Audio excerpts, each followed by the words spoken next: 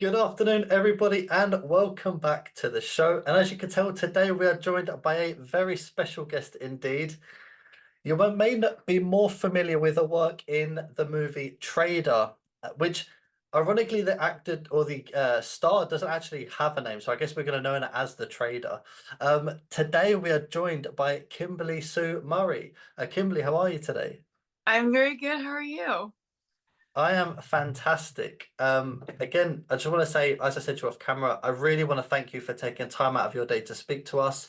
Um, your work in The Trader and seeing your IMDb page, it's quite, you've done a lot of extensive work and you've got to work on some pretty big productions as well. So Yeah. I can't wait to kind of get to talk to you about your career. Yeah, let's go. Let's just jump in. Awesome.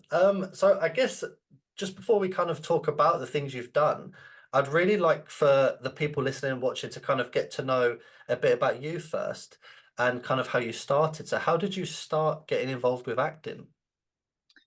Well, I've always wanted to be an actor since I was a little girl.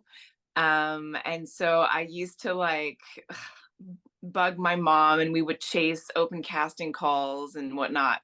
But I knew that I wanted to go to theater school. So I did that when I was 17. I left home, I'm from a small town. So I went to like the big city. I did a 3-year technical program in theater. And after that, I've always loved theater and it's my background, but I knew I wanted to do film and TV because that's what really moved me.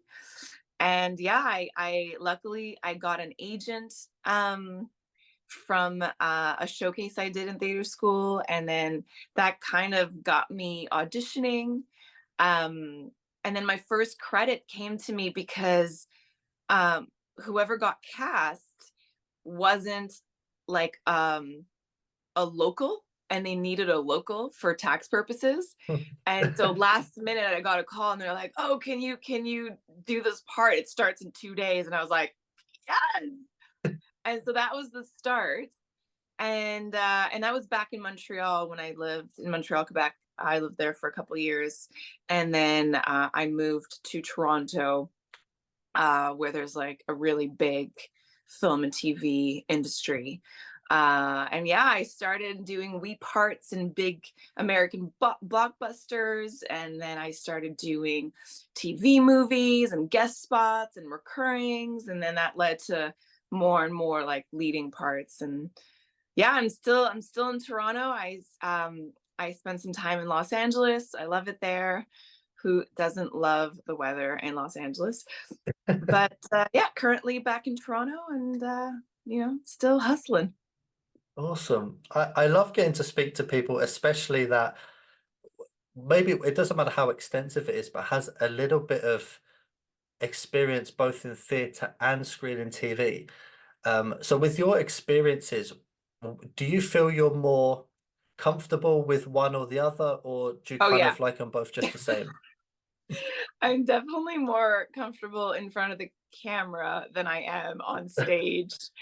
Uh, when I was younger in theater school, when I was like 18 to 20, I I it's such a different muscle. And it's like going to the gym, when you're in it, you feel fit, you feel strong, you're game. And then if you stop going to the gym, it's like kind of scary going back and it kind of hurts. So I did a few plays after graduating, but now it's like it's been so long. I'm like, I would be terrified to go back on stage. It's a different muscle, it's a different high, it's a different experience altogether. Um, so I'm gonna stick to film and TV for now. I don't blame you. I always think there's so much about screen and on-screen acting that still would scare me. But somebody that's not in the industry at all, no experience, there's just nothing more terrifying at the thought of being on stage with all these eyes staring at you. And like if something goes wrong, like I just don't know what I'd do. Yeah, it's like my level of anxiety as an adult I just can't handle, and I'm sure one day I'll go back. I'm sure I'll get bored of like being on film and TV, and I'll be like, I need to like like reconnect with my artistry, and but I'm just not there yet. But like, yeah, like you don't really get to mess up. I mean, you can mess up, but then it's all about recovering, right? Whereas film and TV, I feel like it's such a collaborative effort, and I love the magic. And you can work on a project and not really know how it's going to turn out. And yeah, so I like that aspect. And I love how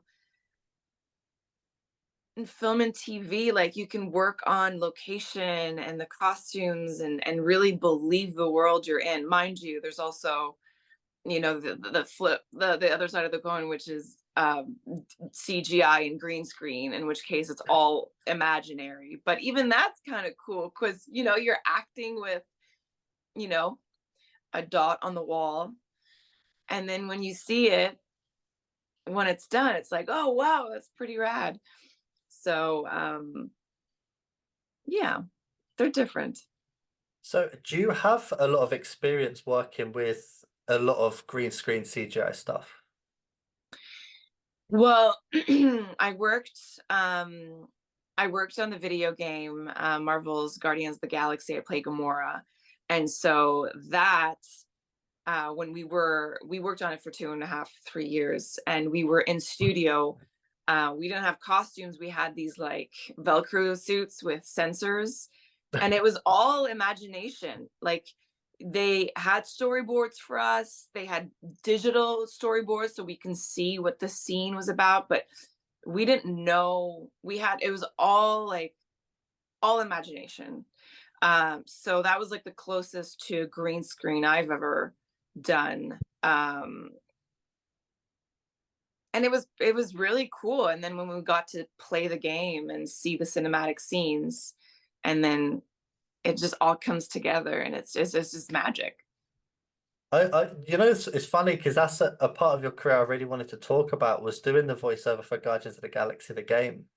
And I didn't notice it until I was scrolling through your credits and I was like, oh my God, like that's one of the coolest things I've seen. So what was your kind of experience getting to work on that and how different was it than your traditional on-screen acting? Well, I again, because I studied in Montreal, I was always a very aware of Ubisoft, who produce the most amazing games. And one of my best friends is like the motion capture queen, and she worked on all the Assassin's Creeds. So I've always wanted, like for 10 years, I'm like, oh, I need to break into video. It was a very tight industry. It was like hard to get in. And I feel like I won the lottery because I had originally auditioned for the game. I did a first audition via self tape, and then I did a callback in person. And then a year went by, and I guess I was like, oh, moving on, didn't get it. And then they kind of circled back, and they were like, yeah, come in for like a full day screen test, basically. And I got to spend the day with the director and work on some scenes. And I, I mean, at that point, I was like, I had quite a resume and experience, but not in that world. It was my first time, and it wasn't just voice; it was full performance capture. So it was my body, it was my facial expressions, and my voice. And it's intimidating at first because you're in a studio, and like I said, you're acting with like tennis balls on stands, and imagining these monsters, and being a badass alien woman with a sword. And I was already a fan of the MCU movies. So and they really didn't want us to like replicate that. They wanted something fresh. So I chose to not watch the movies again and just do my own thing, what I wanted to do with Gamora. And I kind of just like it's kind of like fake it till you make it. I was like, do not let them know you don't know what you're doing. Just dive in, overcommit. and like follow everyone's lead, and that's what I did for 3 years. And you know, you get accustomed to it and you get used to having a camera in front of you and a light and dots everywhere. And but I loved it. I absolutely loved it. I would do it again in a heartbeat. It was so freeing because in a way it's like the best of both worlds. You get the freedom of theater in the round because there's cameras everywhere, sensor cameras. And then you get the nuance of film and TV where they can punch in and come and get your data and in a tight close up. So, yeah, it's a dream job. I highly recommend it to every actor out there. That just sound it for me when you explain that, and I've kind of seen some, I guess, behind the scenes videos of like games from a long time ago. It just seems like technology that my brain just can't comprehend how that kind of works. But It's that absolutely genius. blows my mind. And it's getting more and more advanced, but also like the amount of there are so many animators working behind the scenes. Like it's very impressive and they're so talented. And yeah, it takes a village, and but the technology is getting better and better, and like facial recognition. And obviously there's a concern with AI. However, um in the world of video games where they're not trying to, you know, they're not buying my likeness. I don't look like Gamora. We have similar traits, and obviously she has my expressions because they were, you know, dotting my face, but at least I didn't have that concern. But I think the technology is really awesome. We just need some laws, some rules to protect actors from like basically getting ripped off, getting their voices and their likeness used in perpetuity without any kind of financial trade. Yeah. Yeah, you know, that's something that I think I can 100% see why people would be definitely concerned about like the whole AI thing, because obviously you're even having now where musicians are having their voices kind of copied, and they're like, Yeah. whoa, hold on a sec, that's not mine. Um, there definitely needs to be some laws in place for sure, but there's also going to be an element of something that's humans that AI can't produce that humans can, which is what kind of, I suppose, makes it Well, work. you So, lose the humanity behind it, you know? right. But I see the value in the technology. Um, it just needs to yeah, we just need some strong rules and laws to protect. But you know, I'd still work on a video game again. I like signing off on my likeness. I don't know. I don't know. It just sounds so cool. Uh, is there, I imagine it must have been quite a challenging sort of doing that work for the game, but was there a particular moment that really kind of sticks out in your head the most when you were kind of filming? um, I mean, I think back because it's been a couple years and I only have fond memories. The camaraderie that was created on set. I've never worked I've worked on series, and I've been series like I've done like a season of a show, but to work with a group of people so closely over 2 3 years is really really special. And to get to know a character inside out like that, it hasn't happened to me since. I hope it happens again, to really get to know a character, uh, and it becomes like second nature. So that in and of itself was a gift. Um and the laughs that we had, it's, you know, the film industry can be a very stressful industry, but we had such a good time. It was so much fun. Like that's just what I bring with me. Oh, beautiful.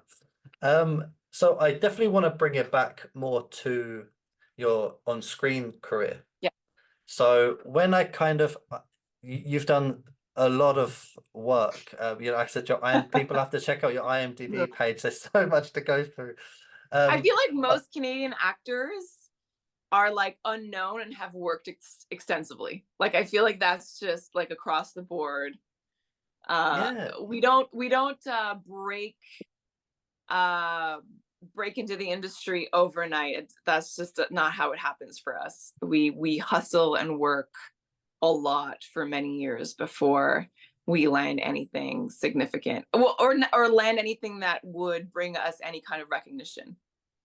you know, it's funny you say that because the last couple weeks I've had, I think, 4 guests that are all from Canada. And it's exactly the same as what you've just said. It's every one of them has huge resumes. And I'm like, what? It's Yeah. crazy. And this We was kind kind of of their work in the first big break. shadows, because Yeah, American projects come to Canada and then they have to fill a certain quota of like local actors. So we end up playing like smaller roles or supporting roles. And yeah, we rack up quite the resume, for which is sure. great. We have such a great reputation in the States for being, hardworking and a strong work ethic and professional and all that stuff, which is great. I'll take that.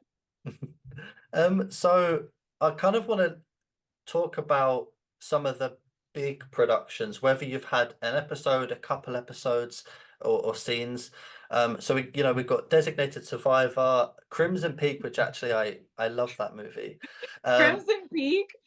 I was a glorified extra in Crimson Peak, but I got to spend 6 days on set with A-list actors watching Guillermo del Toro work. And so it was an amazing learning experience. But I think you might see the tip of my hat in that movie. Like that's it. I have one line, it's off camera, and you can see the tip of my hat. So don't go looking for me. I'm telling you right now.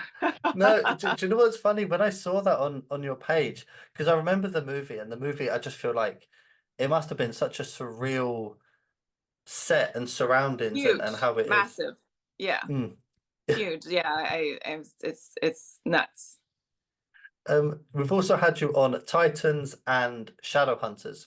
Yeah. So when you're working on productions of this kind of size and magnitude, um, how is that working on those kind of productions? I mean, it's great. Like for Shadowhunters, I joined the cast in their last season. I mean, they didn't know it was their last season at the time, but it was a very well-oiled machine. And I joined and everyone was so welcoming. They sat me down. They're like, "Are you ready for this? There's a massive fandom." And I felt really well taken care of. And working in studio, it was uh, so great, so fun. The costume that they made me like a custom made sequin. I mean, it was not sequin, but it was like lace dress that they had to like sew me in, and I had this wig and this crown that was really uncomfortable, but and like fine tattoos. It wasn't me. I really got to play. It was like a huge transformation. I had to copy Lola Flannery's accent. So yeah, it was like really cool. And I met some incredible people that I'm still friends with. And it was shooting in Toronto, so I just got to be home and work, which was great. And then Titans was also in Toronto. And that was kind of like a guest star one off. So badass. But I got to train with the stunt team for weeks in preparation for my role for Lady Vic, because I had these badass fight sequences. And they trained me and I really like caught the bug and I continued training with them afterwards. Um, and I bleached my hair. That was all my hair, and then it fell out and I cut it all off. And then I booked traders, so it all worked out. So so in Titans, because again you have this really long blonde, almost like white hair. So that Mhm. wasn't a wig. No, that was my hair. Yeah. Oh, Yeah. was In that was that hindsight, in was that hindsight, I something was you chose to do, or was that something they requested for I the chose role? to do it, yes, because I had never bleached my hair, and I was at a point in my career where I was like redefining myself. I'm like, okay, like what kind of roles do I want to play? I had done a lot of like hallmarky, like sort of rom-coms, and I had like the long hair, and I was just kind of like over that and wanted to try something new. And then Titans came along, and they were like, would you be willing to like bleach your hair? And I was like, hell yeah. Without knowing that bleaching your hair to go from like dark brown to platinum blonde Hmm. in one go is a bad idea. I didn't know that. I've learned my lesson, but it's cool, you know. It worked for the character, and I think I stayed that blonde for like couple months, and then I was like, no way, no way. My hair was falling out, and I ended up just cutting all of it off. But then that kind of brought me to, that kind of exposed me to like different, like a different category, like a different type of role. And so I was going out for like cops and uh tough army gals and like just darker roles. Hmm. So I just embraced it, and I've been growing my hair ever since. It's see that's it's kind of crazy with from my perspective with that just by having shorter hair, you kind of then get, I guess, kind of typecasted.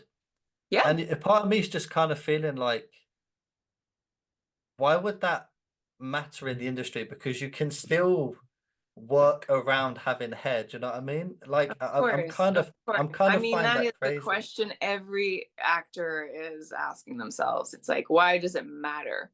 You know, Yeah. you can dye my hair, you can cut it, you can wig me, you can, but it is what it is. It's like everyone Hmm. is pigeonholed or typecast, and you fight that. I mean, I've fought that my entire career. You know, it's like, oh, I've been an ingenue for 10 years. I kind of want to do something else. And all of a sudden you cut your hair, and it's like, oh, I'm only being seen for criminals. That's weird. Why? Um, or like I was being seen for queer characters, and I'm not queer.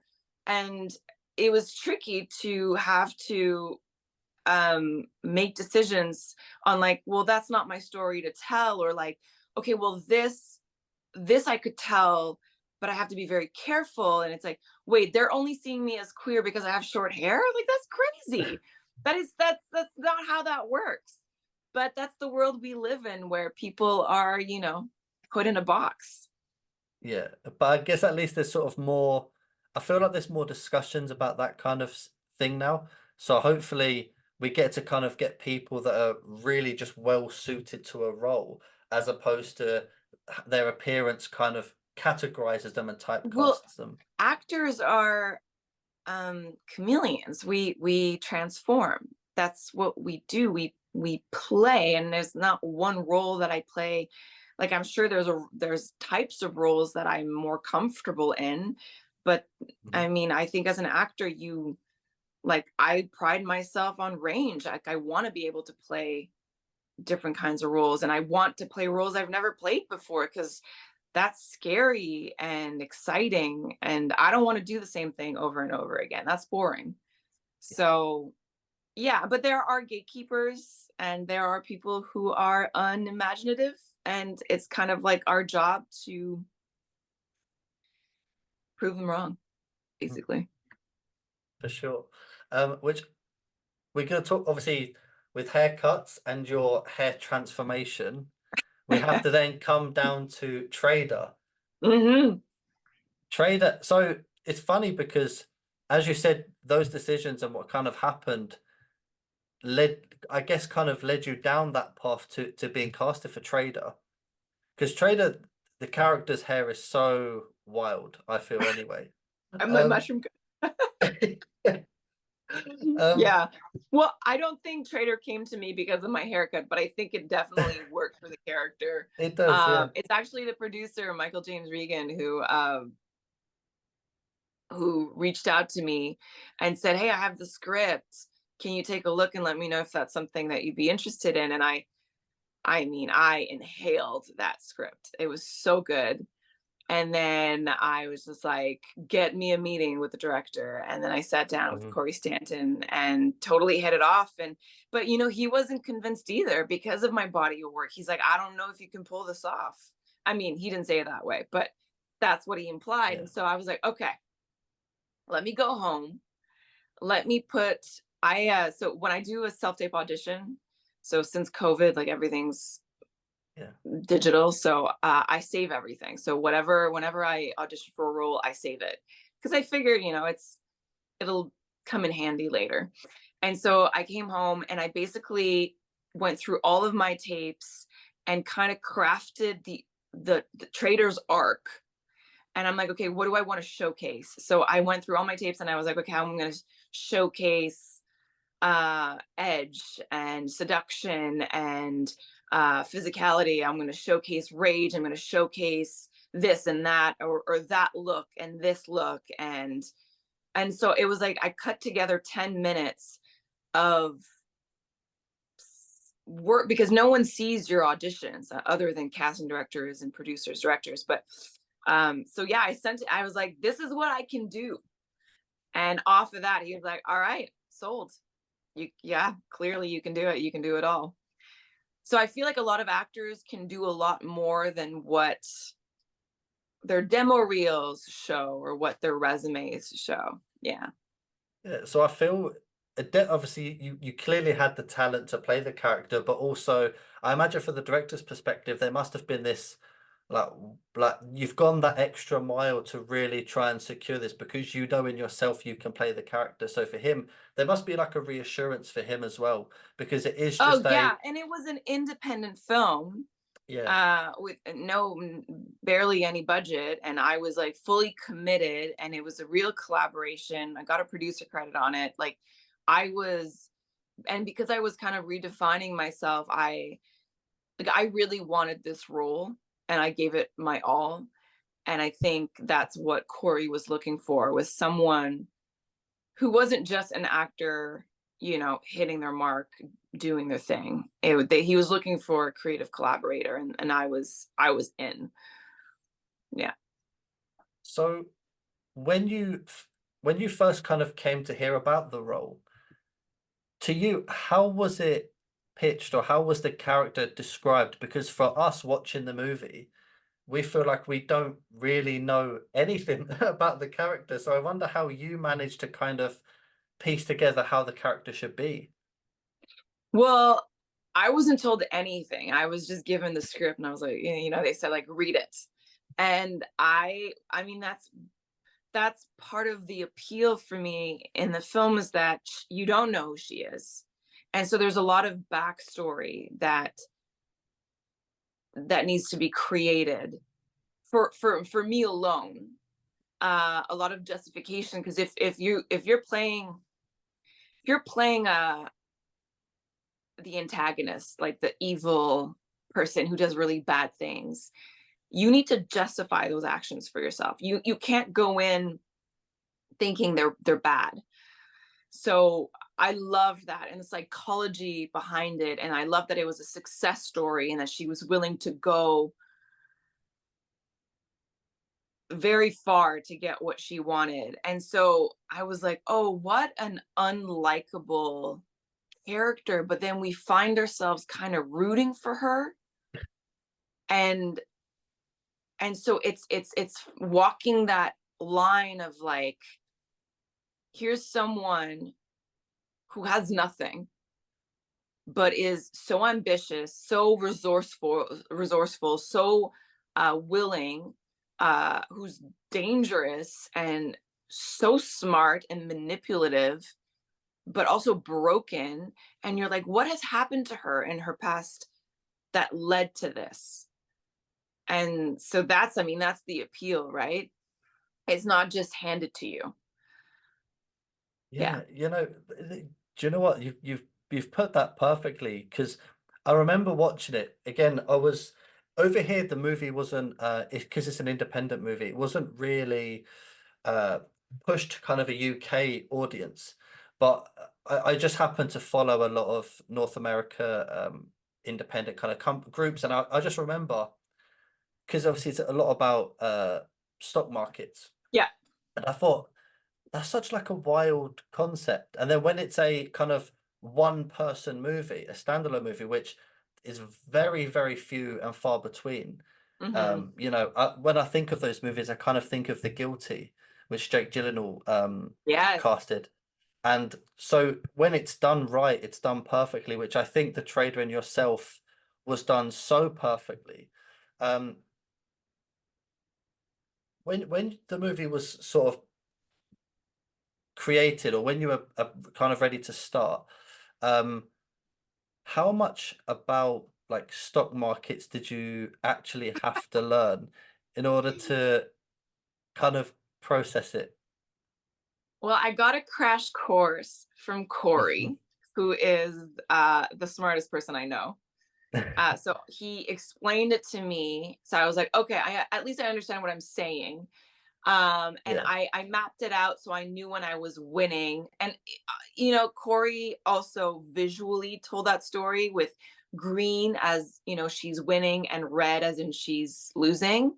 So I really relied on him and his storytelling and the cinematographer's lighting choices to be like, okay, we're good, because we had so many montages and like short snippets and short scenes, and I was like, okay, I'm winning, I'm losing, so the red markers, the green markers, it's like that really helped me. But I am by no means an expert in day trading, but I find it fascinating. But like, how cool is that? You have a female lead in a movie and it's about day trading.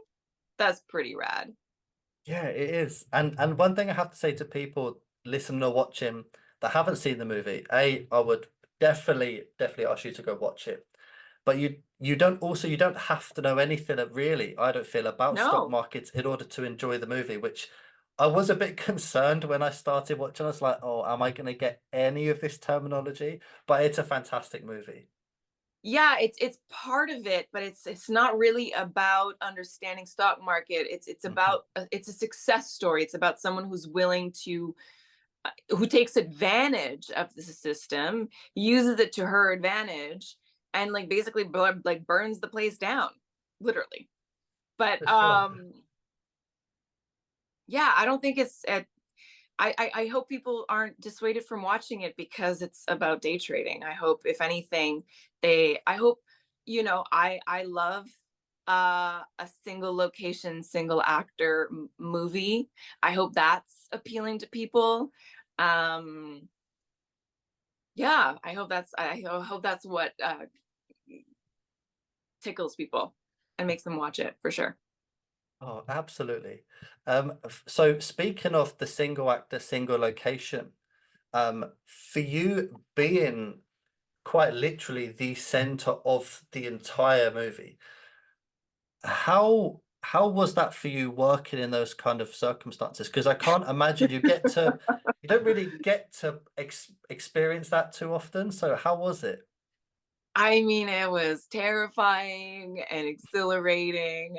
It was so intense. It was like 12, it was a 12-day shoot in the basement of this barber shop. Uh, it was like moist and cold, but I was so in it, because sometimes you're on set and you kind of get bored. It's like we call it the hurry up and wait. So like you come in and they like rush you through wardrobe and hair and makeup, and then you wait for 6 hours for that one scene you have to do. This was like the complete opposite. We would start top of day. I was in every shot. It was immersive. Like I was so in it, and then I'd go home exhausted and I'd pass out, and I wouldn't even bother like showering or like washing I was just like, Trader she doesn't care about this stuff. So I would just like roll out of bed and go back in. And it was wild. And then, but like leading up to it, I was like, okay, this is an amazing challenge. This is a once in a lifetime opportunity. And I did all of my prep. I worked with a dialect coach and we did a lot of emotional preparation and backstory. And so by the time I got to set, I was able to leave my homework at the door and just be present. And luckily, Corey and I had discussed having the voice actors on set. So, and I got to participate in casting, Bob the broker, Sean Benson, who's a friend. And so they were upstairs. They came to set, we hung out, we ran lines, we rehearsed a little bit, and then they were upstairs. They were set up, mic'd. So they were recorded live. And then we had a speaker downstairs so that every phone conversation was live. So I could hear. We had some technical difficulties. Sometimes it was tricky. But I told Corey right off the bat, I don't see myself having these phone conversations alone with like the script supervisor reading the lines. I need those actors there to have that electricity and that chemistry and that banter. So that was great. So yeah, they were there, and for me, they're not just voice actors. They were a huge part of the film and a huge part of my performance, like, because I got to act with them.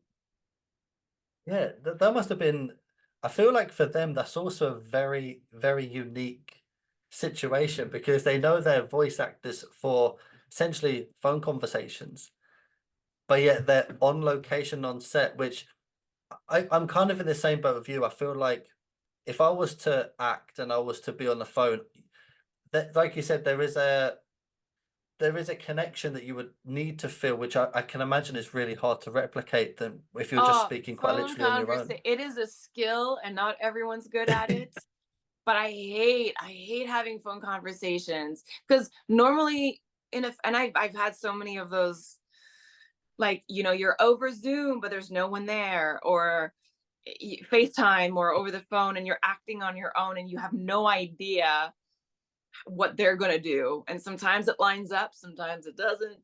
Um, so yeah, I was really glad because otherwise it could have totally fallen flat. And like half the film is over the phone. Yeah, yeah, exactly. There is I'm sure when you do other interviews, you must get asked this a lot, but I feel like I need to ask you Go for just it. because I need my answer. So there is a scene where your character snorts wasabi. I'm gonna take a guess that you didn't actually snort wasabi, but so how It was wasn't that done? wasabi. Can you guess what it was? I did snort something. I have absolutely no idea. It was pea paste. And I had to do it obviously a few times, but then there's a shot of me on my back snorting more pea paste, and at one point I started gagging. That was me, the actor, gagging because it was so disgusting. But you go with it. I feel like actors torture themselves a little bit It for art. definitely is. Could Yeah, you so imagine if that was any other it was just industry in the so world that does method. this? I'm not a method actor, but that moment I was like, bring it on. Okay, I have a whole newfound love and respect for the work you did in this movie. So once the movie was you finished sort of the wraps of filming, and the movie went through its post-production stages, and then it was kind of being released. Was it released at a festival first to people? It did it did a it did a festival in the States, and then Mm, it did a festival in Canada, and we won a bunch of awards. It didn't do a lot of the festival run. It kind of fell through yeah. the cracks, to be honest, because it was very stylized, like a horror, but it was a psychological thriller. So it was kind of, I think, hard to it was hard to qualify and put into a program. Yeah. I think that's what happened. Because I don't doubt the quality of her film. And and then we sold it to XYZ. Oh my God, Yes. this is XYZ. the Yeah. stuff that I don't really know.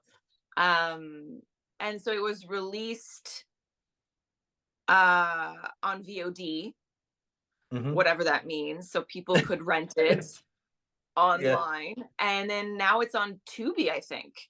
Yes. Yeah. So that's what I Yeah, watched. I saw it on Tubi. Yeah. yeah. Um, So but how was? you're right.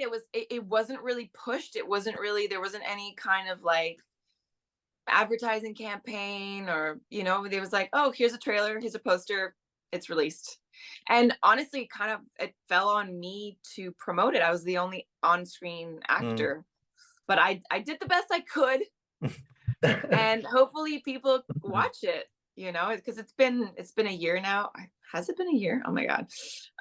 Since the release. And yeah, I just hope people keep watching it and keep talking about it. And yeah. Yeah, definitely. If you could definitely find it on Tubi because that's where I've seen it. So we'll definitely make sure to link it. And I think, like, as you said, I think the only not problem is why it didn't get that big push. Like you said, it's difficult to it is a it's difficult to group it. If it was Yeah. more horror-esque, you would have just had the horror fan base just throwing at it. Yeah, but it's not a traditional thriller either because of the way it Yeah. was shot. It's very stylized, and so yeah, like I understand, but it was never meant to be like, we didn't, that wasn't our intention. We just, Corey and I saw it as a calling card in hopes to get more work as creatives. Corey as a director and a writer, and me as a leading actor. And I think it did that. Like I've managed to get work. I did a movie called Love is the Monster, and I booked that thanks to Trader. They watched the film, loved it, and they're like, yeah, here's the role. So I was like, so it's doing its thing. But of course you want people to see it and watch it and enjoy it for sure. But that's out of your control as a filmmaker. Mhm. All you can do is, share it. Yeah, Get this is into going to be one of those movies that people are going to start to slowly pick up as time goes on. I think it's one of those that you always hear through recommendations, and I think it. I kind of idolize it as like a bit of a sleeping giant that I feel like once it builds that traction, people are going to be like, "Oh my God, how did I not know about this Thank you movie?" so much for saying that. Thank you so much. It's February in Toronto. Shitty weather. It's just so nice. Thank you. Thank you for saying that. That's very sweet. No, it's true. It's just my honest opinion. I truly I'm a bit of a sucker for these uh you know these kind of movies where it is just a one location, one actor role. I mean, I know Tom Hardy did one as well, and that Yes. just absolutely blew my Uh mind. is it Locke? Lock, yeah, yeah. Locke? Lock, Loved yeah. that. I watched a bunch of single location, like The Guilty, I watched. And I Yeah. actually have a few, since Trader has been out, I have a few more recommendations. One, was it Buried or Barry? Oh, with Someone, Ryan I forget who the Reynolds. actor is, but he's been buried alive, and he's in Yeah, I a think it's grave. Ryan Reynolds, I Is it believe. Ryan Reynolds? Yeah, so that's on my list because I love seeing an actor do that kind of work, because you have to find ways to be to keep the audience engaged from start to finish. Do you know what I mean? Yeah. Um, so yeah, I'm super into that, and I love like long takes. And my husband is a cinematographer, and so I love the whole cinematic experience of it. So yeah. Yeah, and as I said, just on the last note of trade, and I'm not just saying this, just because you're here, and I feel like I'm obliged to. Um, you truly did an unbelievable job through that movie, and again, I kind of just want to thank you, I guess, for I guess what you brought to the role, because I absolutely loved the movie. Thank you so much. Oh. I have a couple more questions, if that's okay. I Yeah, of guess kind course. of regarding you in, I guess, general acting life, I suppose. Um, so obviously with actors, you have periods where you're crazy busy, and then you also can have periods where you're very quiet. So during those times in your life, if you've had those moments, what do you do to kind of center yourself and kind of keep yourself at a peace of mind to continue for the next part? Well, for me, I run a self-tape and audition coaching business. I've been doing it for 13 years. And I love auditioning. I think it's fun. I know a lot of actors don't, but so that's what I do on the side. And I love the selflessness of it, the act of, taking my own experience and my expertise and helping another actor book work. um I love that, and I have such a great community of actors that I'm really invested in, and when they book, I feel like I book. So when things I mean, I'm always doing it, so even when I'm working, I'm always coaching. My best friend and I run Level Up, which is like a self-tape masterclass, and we've been doing that for a year and a half, where it's like very intensive and specifically for self-tapes.